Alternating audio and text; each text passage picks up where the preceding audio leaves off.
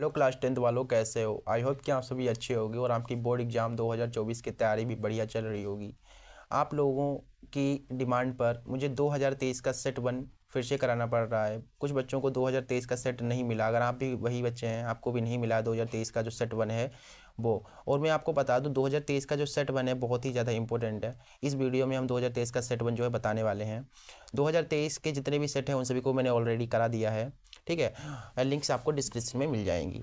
ये हमारे पास एनसीईआरटी पर आधारित अग्रवाल का मॉडिफाइड अनसोल्ड है, कक्षा 10 विज्ञान का, ठीक है। चलिए देखिए 2023 का सेट 1, ठीक है, उसे आज हम करेंगे, डीपली करेंगे, बिल्कुल एक एक क्वेश्चन को समझेंगे, कोई दिक्कत समस्या प्रॉब्लम नहीं होगी आपको। 2023 का सेट 1, ठीक है। सेट 1 हमारा ईजे है, ठीक है। इसके आज हम फिजिक्स के जो न्यूमेरिकल्स हैं उन्हें ही निपटाएंगे, ख़त्म करेंगे, और उसके बाद जो है उपखंड का जो केमिस्ट्री के बचते हैं उसे भी करा देंगे। चैनल को सब्सक्राइब कर लो जिससे आने वाले वीडियोस की नोटिफिकेशन कंटिन्यू आपको मिलती रहे, ठीक है। वीडियो अच्छी लगे तो लाइक भी कर देना। देखिए पहले इसके क्वेश्चन को पढ़ लेते हैं क्या है। इसका पहला क्वेश्चन है, कह रहा है कि किरण आरेख का उपयोग करके अवतल दर्पण द्वारा बने प्रतिबिंब की स्थिति व प्रकृति लिखिए। मतलब प्रतिबिंब की स्थिति बतानी है और प्रतिबिंब की प्रकृति बतानी है। पहली, जब प्रतिबिंब वक्रता केंद्र और फोकस के बीच रखा हो। दूसरा क्वेश्चन, जब प्रतिबिंब ध्रुव और फोकस के बीच रखा हो। देखिए किरण आरेख खींचना है, देखो बहुत ही आसान है किरण आरेख खींचना। एक्चुअली बताऊं मैं आपको तो कैसे खींचते हैं। पहले तो भाई अवतल दर्पण बताया गया है, तो अवतल दर्पण पहले तो बना लो। अवतल दर्पण कैसा होता है? गोले का, खोखले गोले का कटा भाग होता है। इसमें क्या होता है, बाहर की ओर जो होती है पेंट कर दी जाती है, कलाई कर दी जाती है, जैसे कि मैं अभी कर रहा हूँ कुछ इस तरीके से, ठीक है।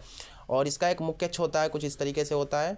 यहाँ पर ध्रुव P होता है, यहाँ पर फोकस F होता है, और यहाँ पर केंद्र होता है सेंटर, गोले का सेंटर केंद्र होता है। हमें बताया गया है कि वक्रता केंद्र और फोकस के बीच जो प्रतिबिंब है, सॉरी जो वस्तु है, वो वक्रता केंद्र यानी कि C और फोकस यानी F, इसके बीच में कोई वस्तु रखी है। देखिए मैं क्या करता हूँ, इसके बीच में एक वस्तु को खड़ा कर देता हूँ कुछ इस तरीके से, ठीक है। और इसके बाद हमारे मान लीजिए ए बी वस्तु है, ठीक है। सबसे पहले आप क्या करेंगे, ये मुख्य अक्ष आपका है, इसके समांतर एक रेखा खींचेंगे कुछ इस तरीके से। ये मैंने रेखा खींची। अब मैंने जब इसके समांतर खींची, इसके समांतर जो है इसको मैंने खींचा, तो आपको पता है जब इसके समांतर कोई खींची जाती है रेखा तो वो फोकस से होकर के चली जाती है। तो ये परावर्तन के बाद फोकस से होकर के ऐसे चली जाएगी कुछ इस तरीके से, ठीक है।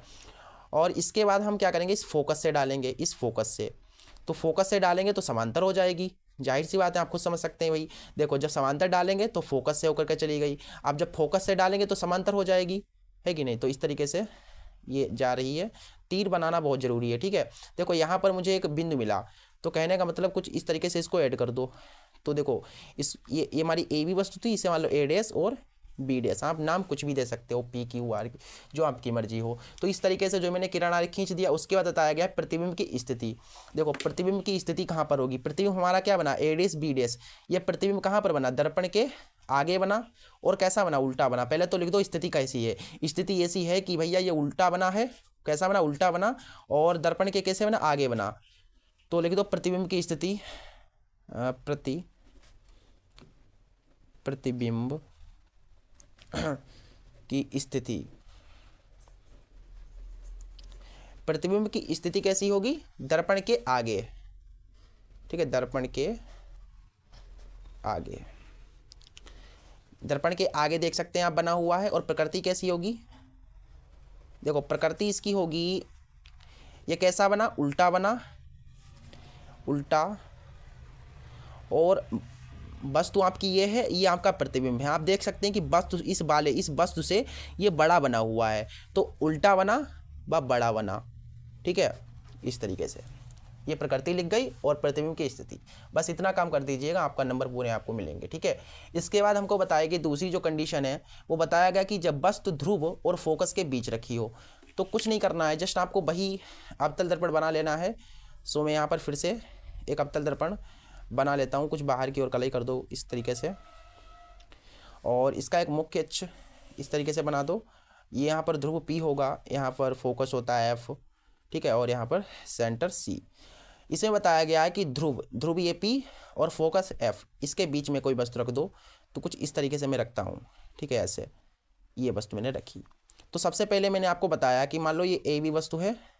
सबसे पहले आप समांतर डालेंगे, इसके समांतर तो फोकस से होकर के चली जाएगी, ये मैंने आपको अभी बताया था कुछ इस तरीके से। और इसके बाद आप देख सकते हैं कि इधर तो कहीं पर डाल नहीं सकते, तो आप केंद्र से फिर डाल सकते हैं। तो क्या करेंगे, आप केंद्र से इसको डालेंगे। आपको पटरी से बिल्कुल स्केल से करना है, ठीक है। अब आपको पता है जब केंद्र से हम डालते हैं तो इस मार्ग से गई और इसी मार्ग से वापस आ जाएगी, इसी मार्ग से वापस आ जाएगी, मतलब इधर गई और इधर ही मार्ग से वापस आ जाएगी, ठीक है। तो यहाँ पर आप देखेंगे कि ये जो हैं कहीं पर नहीं मिलेंगी। आगे चलकर अगर आप देखें तो ये आगे चलकर कहीं पर मिल रही है कुछ इस तरीके से। तो यहाँ पर हमारा प्रतिबिंब बनेगा, अगर देखें तो ए डैश और बी डैश। प्रतिबिंब कहाँ पर बना, प्रतिबिंब की स्थिति कैसी है, दर्पण के पीछे। ये दर्पण है, इसके पीछे बना और कैसा बना, वस्तु से बड़ा बना। तो पहले तो लिख दो यहाँ पर स्थिति, ठीक है, प्रतिबिंब की स्थिति। प्रतिबिंब की स्थिति बताओ भाई, प्रतिबिंब की स्थिति कहाँ पर है, कहाँ पर प्रतिबिंब है, दर्पण के पीछे है। तो लिख दो यहाँ पर दर्पण के पीछे, ठीक है। इसके बाद हमको बतानी है प्रकृति। देखो प्रकृति लिख दीजिए यहाँ पर। प्रकृति कैसी है, सीधा बना है, देख सकते हो ये उल्टा था, ये वाला नीचे के लिए लटका हुआ है यानी उल्टा है, और ये कैसा बना है, सीधा बना है। तो प्रकृति हमारी सीधी हो जाएगी। और वस्तु से कैसा बना, वस्तु से बड़ा बना। तो वस्तु से बड़ा, वस्तु से बड़ा, या खाली बड़ा लिख दीजिएगा, बस हो गया। इस तरीके से ही आपको पूरा का पूरा क्वेश्चन ये करना था, और आपको 4 नंबर जो है मिल जाएंगे इस क्वेश्चन को करने के बाद, ठीक है। चलिए अब इसके बाद जो क्वेश्चन है उसको देख लेते हैं। ये क्वेश्चन बहुत ही आसान है, और इसके जितने भी न्यूमेरिकल है वो बहुत ही ज़्यादा इंपॉर्टेंट है, याद रखिएगा, ठीक है। पहला जो इसका दूसरा न्यूमेरिकल है वो कह रहा है कि 5 सेंटीमीटर लंबाई की कोई वस्तु 30 सेंटीमीटर वक्रता त्रिज्या के किसी दर्पण के सामने 20 सेंटीमीटर दूरी पर रखी है। प्रतिबिंब की स्थिति और प्रतिबिंब का आकार व प्रकृति बतानी है। चलो भाई, ये क्वेश्चन वैसे तो आसान है, अगर आपको आता है देन आप स्किप कर सकते हैं वीडियो को, और नहीं तो आप देख भी सकते हैं, कोई से नहीं है, प्रैक्टिस आपकी हो जाएगी, है कि नहीं। पढ़ाई वाली तो वीडियो है, इसमें देख लो। देखो क्या है इसमें, हमको क्वेश्चन नंबर 2 है, इसमें दिया है गिवन दैट, दिया है कि 5 सेंटीमीटर लंबाई, यानी कि जो वस्तु की लंबाई है वो 5 सेंटीमीटर है। तो लिख दो यहाँ पर वस्तु की लंबाई, वस्तु की लंबाई, बिल्कुल धीरे धीरे करेंगे आराम से जिससे कि समझ में आए। वस्तु की लंबाई, वस्तु की लंबाई को हम ओ से प्रदर्शित करते हैं। हमको 5 सेंटीमीटर बोली गई है तो 5 सेंटीमीटर ले लो, ठीक है। अच्छा दर्पण कौन सा है, इसमें दर्पण बताया गया है, दर्पण कोई नहीं बताया गया इन्होंने कि कोई किसी दर्पण, ऐसा नहीं होगा, कोई दर्पण तो होगा ही होगा, ठीक है। यहाँ पर अवतल ले सकते हो आप, अवतल दर्पण होना चाहिए था। कौन सा दर्पण, अवतल दर्पण। तो अवतल दर्पण होगा तो फिर ये माइनस होगा फिर, ठीक है, समझ गए। अवतल दर्पण ले लीजिए आप, उत्तल दर्पण भी ले सकते हैं, अवतल दर्पण, इसमें बताया कोई भी दर्पण आप ले सकते हो। तो अवतल दर्पण में मानता हूँ, तो यहाँ पर अवतल दर्पण है तो सभी चीज माइनस में होंगे। उसके बाद बताया गया है 30 सेंटीमीटर वक्रता त्रिज्या, अच्छा, तथा वक्रता त्रिज्या आर बराबर हमें दी गई है 30 सेंटीमीटर। मैं आपको बताऊं जब भी वक्रता त्रिज्या दी जाए आप तुरंत ही फोकस दूरी निकाल लो। अवतल दर्पण है तो ये माइनस में होगा, और आप जानते हैं कि r बराबर 2f होता है। तो यहाँ पर r का मान आप रखेंगे, और ये 2 और ये f, और ये गुणा में है 2, तो इधर आ जाएगा बटे में f बराबर। तो कह सकता हूँ कि मैं f बराबर आ जाएगा हमारे पास 2 एकम 2, 2 पंचे 10, माइनस का 15 सेंटीमीटर, ठीक है। तो इस तरीके से जो है हमको फोकस दूरी मिल गई और वस्तु की लंबाई भी मिल गई। इसके बाद आगे आप पढ़ेंगे अगर, तो उसमें लिखा हुआ है कि 20 सेंटीमीटर दूरी पर रखी है। वस्तु जो है वो कहाँ पर रखी है, जो वस्तु की स्थिति कैसी है, 20 सेंटीमीटर दूरी पर रखी है। तो लिख दो यहाँ पर वस्तु की स्थिति, वस्तु की स्थिति, वस्तु की स्थिति यानी कि u हमें दिया गया है 20 सेंटीमीटर। आपको माइनस में ही लेना है u v f सब कुछ, तो माइनस में लेना है क्योंकि अवतल दर्पण है। अच्छा, हमको बतानी है प्रतिबिंब की स्थिति, तब प्रतिबिंब की स्थिति जैसे बोर्ड एग्जाम में करना है बिल्कुल वैसे ही बता रहा हूं मैं आपको। देखो प्रतिबिंब की स्थिति यानी कि v हमको निकालनी है, और प्रतिबिंब का आकार भी बताना है, प्रतिबिंब का आकार यानी कि प्रतिबिंब का आकार यानी आई भी हमको बताना है। चलिए देखिए कैसे करना है इसको। आप दर्पण दिया गया तो दर्पण का सूत्र लगाओ, फिर दर्पण के सूत्र से। दर्पण का सूत्र होता है 1/f बराबर 1/b प्लस 1/u। ठीक है, देखो यहाँ पर मान को रखो आप 1/f। f कितना है आप देखेंगे अगर तो माइनस का 15 है, तो ये माइनस का 15 हो जाएगा बराबर 1/v। v तो हमें निकालना है प्लस 1/u। u हमारा जो है माइनस का 20 है, तो यहाँ पर माइनस का 20 लिख दो। अब सोल्व कर दो यहाँ से, माइनस का 15 और ये 1/v प्लस माइनस हो जाएगा माइनस 1/20।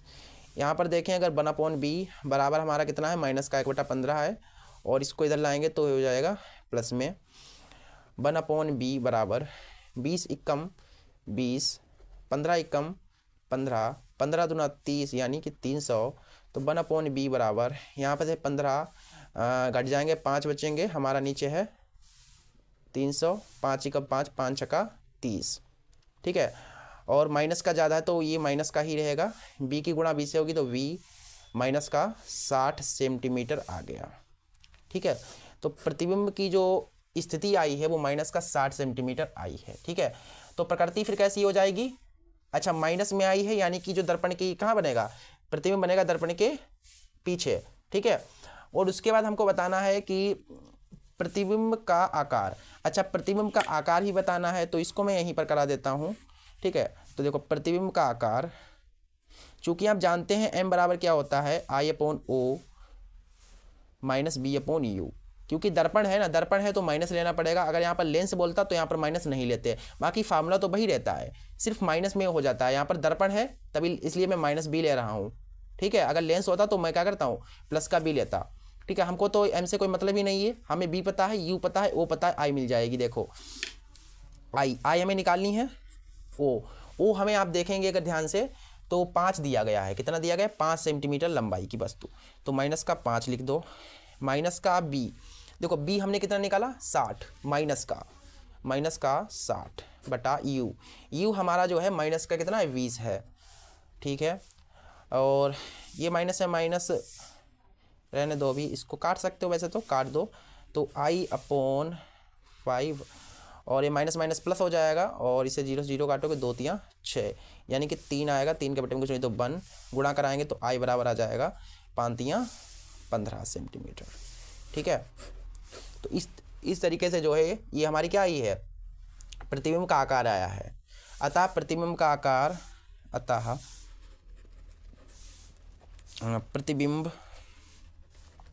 आकार 15 सेंटीमीटर तथा स्थिति कैसी होगी, स्थिति -60 सेंटीमीटर होगी। ठीक है, इस तरीके से जो है इसका आपको क्या करना था, उत्तर लिखना था। समझ गए? चलिए अब इसके बाद देखिए इसका अगला जो क्वेश्चन है उसको भी देख लेते हैं, न्यूमेरिकल। चलिए अगला न्यूमेरिकल हमारा तीसरा है। इसमें हमको तीसरा न्यूमेरिकल बहुत ही बढ़िया है, इंपॉर्टेंट क्वेश्चन है, जो आपका चैप्टर तीसरा है फिजिक्स का, विद्युत चैप्टर, उसी से रिलेटेड है। तीसरा जो आपका न्यूमेरिकल है वो कह रहा है कि किसी 4 ओम प्रतिरोधक में प्रति सेकंड 100 जूल ऊष्मा उत्पन्न हो रही है। प्रतिरोधक के सिरों पर विभवांतर यानी कि B ज्ञात कीजिए। देखिए ये क्वेश्चन बहुत ही बढ़िया क्वेश्चन है। हमको क्या दिया गया है पहले वो लिख लो। दिया है, देखो क्या क्या दिया गया है इसमें हमको बताया गया है कि 4 ओम प्रतिरोधक यानी कि जो प्रतिरोध R है वो हमें दिया गया है 4 ओम। ओम को इस साइन से डिनोट करते हैं। प्रति सेकंड जो टाइम दिया गया है वो प्रति यानी कि एक, तो 1 सेकंड हमको टाइम दिया गया है। आगे हमको बोला गया 100 जूल ऊष्मा यानी कि H हमें दिया गया है 100 जूल। याद रखिएगा ऊष्मा का मात्रा क्या होता है, जूल। उसके बाद प्रतिरोधक के सिरों पर विभवांतर यानी कि V हमें ज्ञात करना है। देखिए हमें R पता है, हमें B निकालना है। एक देखिए हम B कब निकाल सकते हैं, जब हमें I भी पता होगा, क्योंकि आप जानते हैं R बराबर B/I होता है है कि नहीं। तो देखो बी हमें मिल जाएगा, हमें आर पता है लेकिन आई तो पता ही नहीं है। देखो आर पता है लेकिन यहाँ पर कहीं आई तो पता ही नहीं, तो हम ये फार्मूला भी नहीं लगा पाएंगे। सबसे पहले हमको क्या करना होगा, आई निकालना होगा, और आर पता है तो यहाँ पर बी फिर निकल आएगा। ठीक है, तो सबसे पहले आप फार्मूला लगाओ एच बराबर, देखो एच है ना, तो एच बराबर फार्मूला लगाओ।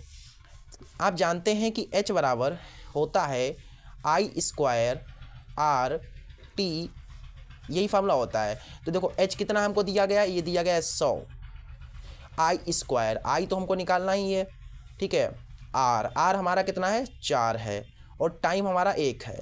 ठीक है, तो हमारे पास यहाँ पर आ जाएगा देखो 100 बराबर 4 आई स्क्वायर, 4 इधर गुणा में तो उधर आएगा बट्टे में आ जाएगा। देखो 100 है ना, 100 के बट्टे में चला जाएगा, तो 4 दूना 8, 9 10, 4 पंचे 20। कहने का तात्पर्य आई स्क्वायर बराबर हमारा 25 आएगा।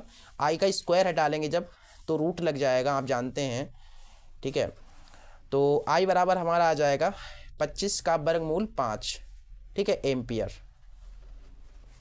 तो धारा हमारी जो निकल के आ गई है वो 5 एम्पियर आ गई है। अतः आप जानते हैं आर बराबर होता है V अपॉन आई। आर हमें दिया गया है कितना, 4 ओम, कितना 4 ओम।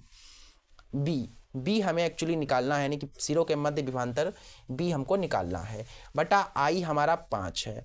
इसके बटे में क्वेश्चन है तो 1, बी की 1 से गुणा होगी वी आ जाएगा, 5 चौकू 20 वोल्ट।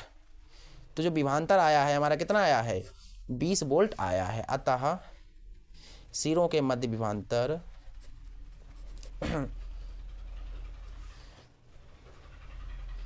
विभवांतर 20 वोल्ट होगा। ठीक है, इस तरीके से जो क्वेश्चन को करना था इस वाले। देखिए चलिए इसके बाद जो अगला क्वेश्चन है उसको भी हम देखते हैं और करते हैं। इसका देखते हैं आंसर कितना आया, 20 वोल्ट ही आया है ना।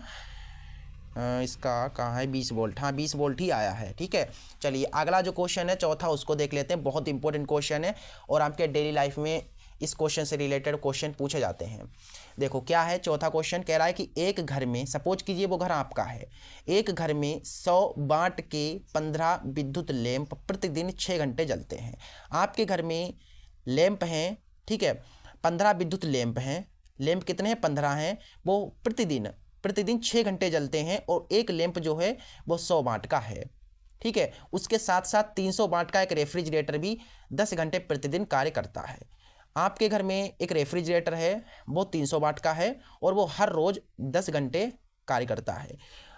₹2.50 प्रति यूनिट की दर से एक माह में विद्युत खर्च क्या होगा। यानी एक महीने में ₹2.50 यूनिट, अगर एक यूनिट की कीमत ₹2.50 है तब आपको एक महीने के बाद कितना रुपए देना पड़ेगा, कितने रुपए का बिल आएगा, ये निकालना है। देखो कितना इंपॉर्टेंट क्वेश्चन है कि नहीं। इस तरीके से आप जो है अपने घर की जो यूनिट वगैरह है उसको भी निकाल सकते हैं और किसी से जो है पूछने की ज़रूरत ही नहीं है, आप खुद जो है कॉपी पेन लेकर के निकाल सकते हैं। देखिए क्वेश्चन नंबर हमारा चौथा है, पूरा भी देखना सब कुछ समझ में आ जाएगा। देखो यूनिट निकालने का एक फार्मूला बताऊँगा आपको। सबसे पहले देख लो क्या दिया गया है। ठीक है, पहले बल्ब पर बात करते हैं। चलो पहले बल्ब पर, कहने का मतलब बल्ब को जलाने में कितनी यूनिट खर्च होंगी। ठीक है, देखो यूनिट पहले हम निकालते हैं बल्ब पर, बल्ब को जलाने में यूनिट कितनी खर्च होंगी। देखिए फार्मूला याद रखिएगा, यूनिट निकालने का होता है, यूनिट निकालने का फार्मूला होता है वाट गुणा घंटा गुणा कितने दिनों के लिए, कितने समय के लिए, 15 दिन, 30 दिन, कितने दिन, तो समय से गुणा कर दो बटा 1000। एक चीज़ आपको समझ लेनी है कि एक यूनिट बराबर होता है 1 किलो वाट हावर। 1 किलो वाट घंटा के बराबर एक यूनिट होती है। इतनी चीज़ समझ लीजिएगा, ऑब्जेक्टिव में आ जाता है। देखो यहाँ पर यूनिट निकाल रहे हैं हम, तो यूनिट देखो कैसे निकलेगी। देखो बल्ब कितने वाट के हैं बताओ, बल्ब आपके जो हैं 100 वाट के हैं, 100 वाट के बल्ब हैं। कितने घंटे जलते हैं हर रोज़, 15 विद्युत लैंप 6 घंटे, ठीक है, 6 घंटे जलते हैं। और समय कितने समय के लिए आप निकाल रहे हैं, आप 30 दिनों के लिए निकाल रहे हैं। देखो एक महीने में मैं सपोज कर रहा हूँ 30 दिन है। ठीक है, आप 31 दिन भी सपोज कर सकते हैं, तो मैं 30 दिन सपोज कर रहा हूँ। और उसके बाद कितने आपके बल्ब हैं, आपके बल्ब की संख्या कितनी है, क्योंकि इतना अगर मैं यहीं पर से सोल्व कर दूंगा तो एक बल्ब का आएगा। आपके तो 15 जो है लैंप हैं कि बल्ब हैं यार, लैंप हैं तो बल्ब की तो बात ही नहीं है, लैंप तो लैंप ले लो, यहाँ पर आपका जो है लैंप दिया गया क्वेश्चन में, ठीक है। तो लैंप तो 100 वाट का लैंप है, 6 घंटे प्रतिदिन जलता है, हम 1 महीने का निकाल रहे हैं और 15 लैंप हैं बटा 1000। देखो समझ में आ गया होगा, अगर नहीं आया तो रिवर्स करके पीछे वीडियो करके देख लो, ठीक है। देखो फिर से ही 0 से 0 कटेगा और ये इससे कट जाएगा और इससे ये कट जाएगा, तो 6 तियाँ 5 15 तियाँ 45 और गुणा 6, तो यूनिट हमारी आ गई 35, हाँ 6 पंचे 30 आ जाएगा, 6 चौक 24, 25 26 27। तो कहने का मतलब यह है कि एक लैंप को 30 दिनों के लिए आप जलाएंगे जब, तो 270 यूनिट आएंगी, है कि नहीं। आप तो 15 लैंप जला रहे हैं और लैंप भी 100 वाट का है, तो कहने का मतलब यह है कि 1 महीने में लैंप को जलाने में 270 यूनिट खर्च होंगी। उसके बाद रेफ्रिजरेटर को जलाने में देख लेते हैं कि इतनी यूनिट खर्च होंगी। तो देखो रेफ्रिजरेटर पर आते हैं अब बात, रेफ्रिजरेटर। देखो रेफ्रिजरेटर कितनी, इसके लिए देखो यूनिट भाई फार्मूला तो वही है, सेम ही है, यूनिट बराबर बाँट गुणा घंटा। देखो कितने वाट का है, जो आपका रेफ्रिजरेटर है वो 300 वाट का है, गुणा घंटा, कितने घंटा जलता है, 10 घंटा जलता है। समय का हम 30 दिन का निकाल रहे हैं और रेफ्रिजरेटर कितना है, एक ही रेफ्रिजरेटर है, बटा 1000, ठीक है। देखो 3 जीरो हैं, ये 2 जीरो से कट गए और ये इससे कट जाएगा, तो हमारी देखो यूनिट आ गई 30 तियाँ 90, यानी कि रेफ्रिजरेटर को 30 दिनों तक जलाने में 90 यूनिट खर्च होंगी। अब लैंप को जलाने में इतनी यूनिट आ रही हैं, रेफ्रिजरेटर को जलाने में इतनी यूनिट आ रही हैं, तो कुल यूनिट कितनी होंगी। अतः लैंप व रेफ्रिजरेटर को जलाने में 30 दिनों में यहाँ पर दिनों लिख देना, दिनों में खर्च कुल यूनिट जैसे बोर्ड में करना है बिल्कुल वैसे ही करा रहा हूँ, ठीक है। देखो कुल यूनिट कितनी, देखो भैया लैंप हमारा 270 खा रहा है यूनिट पूरे महीने में, और जो रेफ्रिजरेटर है वो 90। कहने का तात्पर्य कुल मिलाकर के कहें तो 360, ठीक है। तो 360 यूनिट भाई आ गई देखो पूरे महीने में। आपको जानते हैं, चूंकि आप जानते हैं कि 2.5 रुपया प्रति यूनिट, यानी एक यूनिट की कीमत जो है 2.5 रुपये आपको देनी पड़ेगी। आपकी 360 यूनिट है, एक यूनिट की कीमत 2.5 रुपये, तो इतनी कितनी की होगी, 2.5 से गुणा कर देना पड़ेगा। चूंकि आप जानते हैं कि 2.5 रुपया प्रति यूनिट है, ठीक है, इसलिए 360 की गुणा कर दीजिए 2.5 से। देखो कैसे करेंगे, पॉइंट से कटेगा 10 और ये 0 से 0 कटेगा, तो हमारे पास आ जाएगा एक माह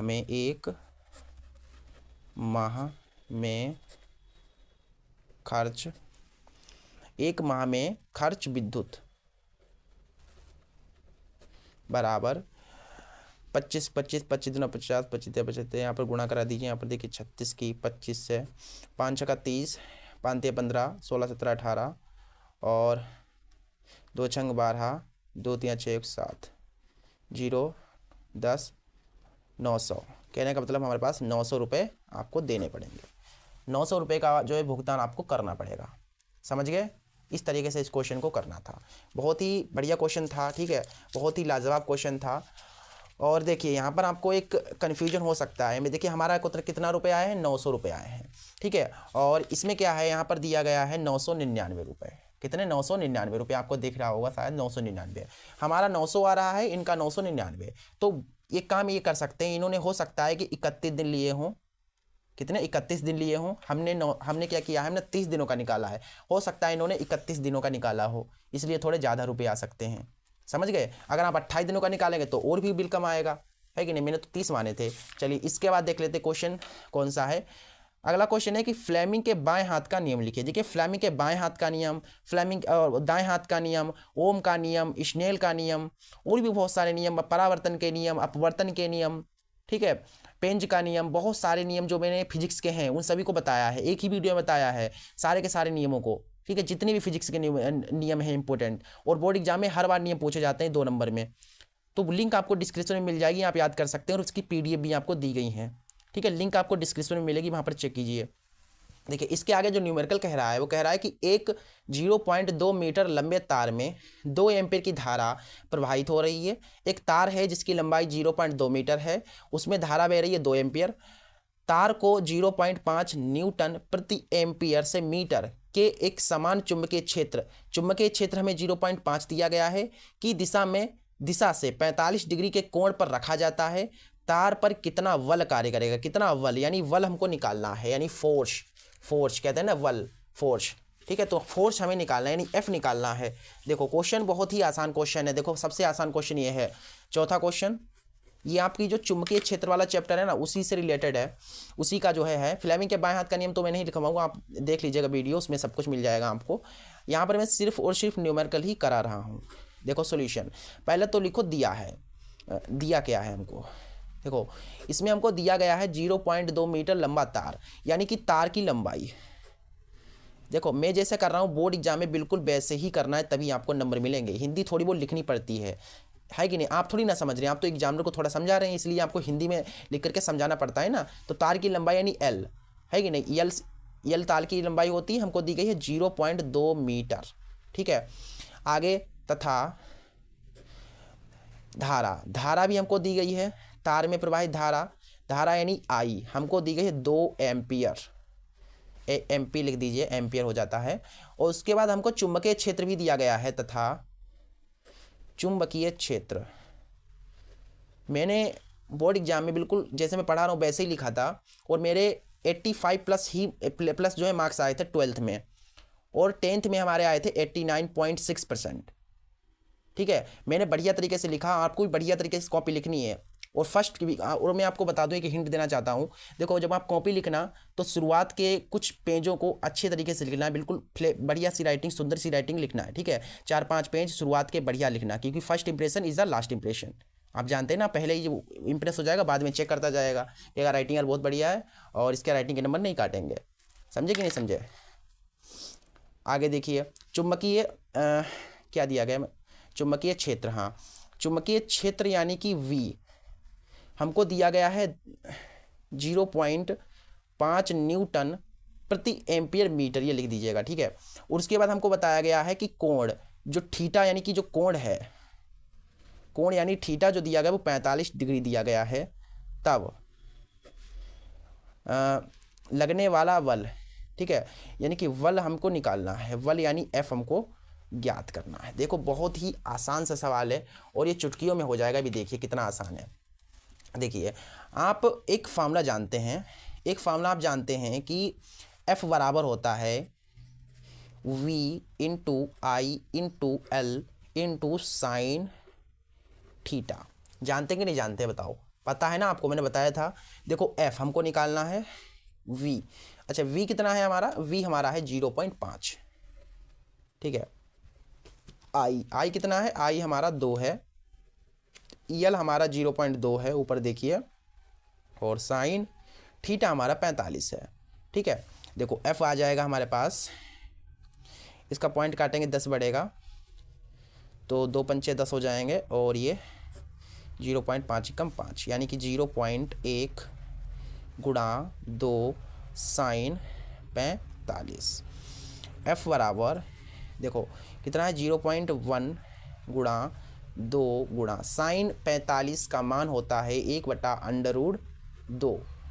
ठीक है, अब देखो यहाँ पर f बराबर 2 की इधर गुणा कराएंगे तो आ जाएगा 0.2 कम 2, और ये किसी को वही हो जाएगा, और नीचे हमारा √2 रहेगा। हमको पता है अंडर रूट की संख्या नीचे नहीं लेते हैं, तो इसको हटाने के लिए क्या करना पड़ेगा, हर परमीकरण करना पड़ेगा। ठीक है, ऊपर नीचे इसको लिख लो और इसको सोल्व कर दो। देखो गुणा हो जाएगी 0.2 √2 बटा, इसकी कराएंगे तो हमारे पास आ जाएगा 2, काटेंगे 0.2 कम 2, यानी कि हमारे पास आ गया 0.1 √2, या हम कह सकते हैं केवल √2 आया है आंसर। ठीक है, 0.1 बहुत ही छोटा सा है ना, इसको आप गुणा करेंगे तो सिंपली इतना ही आएगा, मतलब इस तरीके से हमारा जो है इतना आया है, ये समझ के चलो।